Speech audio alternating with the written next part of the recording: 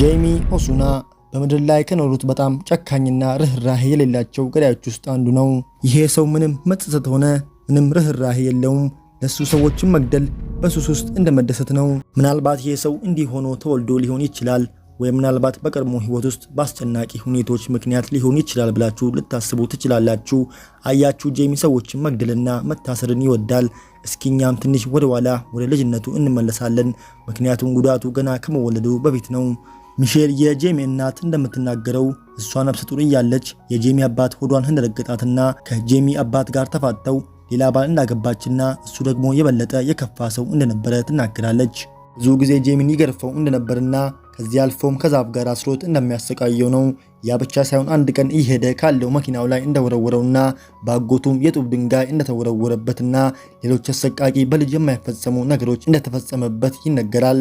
በእነዚህ ልምዶች ውስጥ ማለፍ ጄሚ በጣም ጨካኝና ርህራሄ የሌለው ሰው እንዲሆን ያደርገዋል። ጄሚ ምንም ነገር አይሰማውም። ህመም እንዲሰማው ለማድረግ ራሱን ይቆርጣል። በሌሎች ህይወት ባላቸው ነገሮች ላይ ህመም ማድረስና እንስሳትን ማሰቃየት ከልጅነቱ ጀምሮ ለሱ አዲስ ነገር አልነበረም።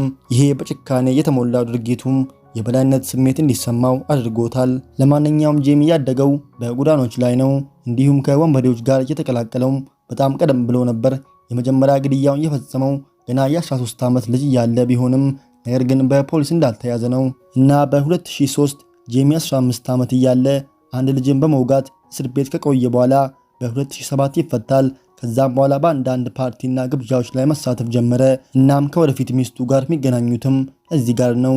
ጆኤል ኮስቶላኖ የራሷን ጥቂት ልጆች የነበሯት በእድሜዋ የገፋችውና ነገር ግን ጄሚ በሃዮቹ እድሜ መጀመሪያ ውስጥ ሆኖ ወደዳት። አንድ ቀንም አንድ ሰውዬ ከሷ ጋር በመደነሱ ብቻ ጄሚ ይህን ሰው ይወጋል።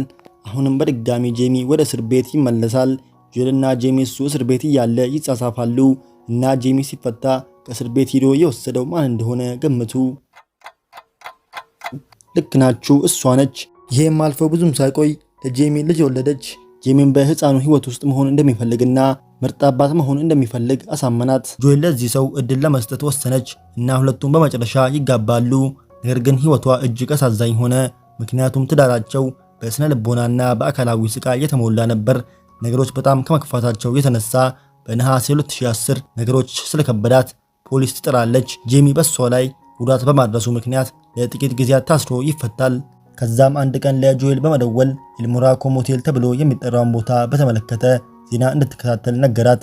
ጆኤልም የጄሚን አመል እና ምን አይነት ሰው እንደሆነ ጠንቅቃ ስለምታውቅ ለፖሊስ ጥቆማ አደረገች። ፖሊሶችን ምርመራ በማድረግ ምንም አይነት ግድያ አላገኙም። ነገር ግን ቀኑ እያለፈ ሲሄድ የ6 ልጆች እናት የኖቿን የኤቬት ፔናን አስክሬን ከዚያው ከሆቴል ውስጥ አገኙ።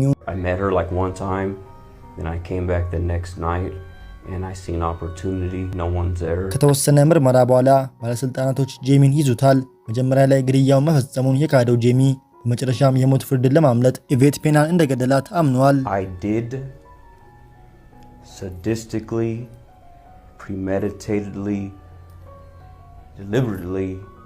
ጄሚን ባደረገው ድርጊቶች ምንም ጸጸት እንደሌለውና ይህን ያደረገውም ሆን ብሎ ለመታሰር እንደሆነ እንዲህ በማለት ገልጿል።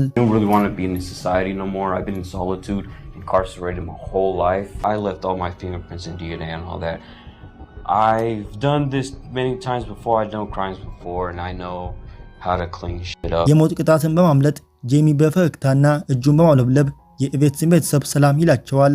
እናም ዳኛው የዕድሜ ልክ እስራት ሲፈርድበት ጄሚ ፈገግ በማለት ባውራጣቱ ያመሰግነዋል። ጄሚ ስለታሰረ አሁን ያበቃለት መስሏችኋል? ነገር ግን ተሳስታችኋል። ከጥቂት ቀናት በኋላ ከሱ ጋር በአንድ ክፍል ውስጥ የታሰረውን እስርተኛን መግደሉ ነው። ተጎጂው ሉዊስ ሮሜሮ የ27 ዓመት እስራት የተፈረደበት ሰው ሲሆን ሰውየውን በቅርቡ ሊፈታ ትንሽ ጊዜያት የሚቀረው ነው። ጠባቂዎቹ በተደጋጋሚ ክትትል ማድረግ ስለነበረባቸው ይወቀሳሉ። እዚያም በድጋሚ ወደ ፍርድ ቤት ይወሰዳል። እሱም ጥፋተኛ መሆኑን ተናግሮ ፍርድ ቤቱም ጄሚ ካሁን በኋላ ብቻውን እንዲታሰር ውሳኔ ያስተላልፋል። እሱ እንደሚናገረው ከሆነ ሌሎች 2 ሰዎችን እንደገደለና ማንም እንዳላወቀበት እሱ ራሱ ይናገራል።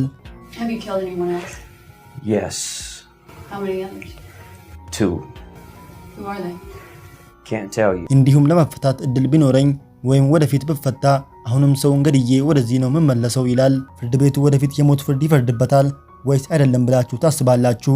እስኪ እናንተስ እንዲህ አይነት ሰው ቢያጋጥማችሁ ምን እንደምታደርጉ ኮመንት ላይ አሳውቁኝ። በጣም አስገርማችኋል ብዬ አስባለሁ። ይህንንም በአገራችን አያምጣው ብለን መጸለይ እንጂ ምንም አንልም። ቪዲዮው ከተመቻችሁ ላይክ እና ሰብስክራይብ በማድረግ እንዲሁም ከተሻላችሁ ሼር በማድረግ ይህንን ቻናል አብረን እናሳድግ እላችኋለሁ። ሌላ ጊዜ በሌላ ቪዲዮ እስክንገናኝ ድረስ ቸር እንቆይ።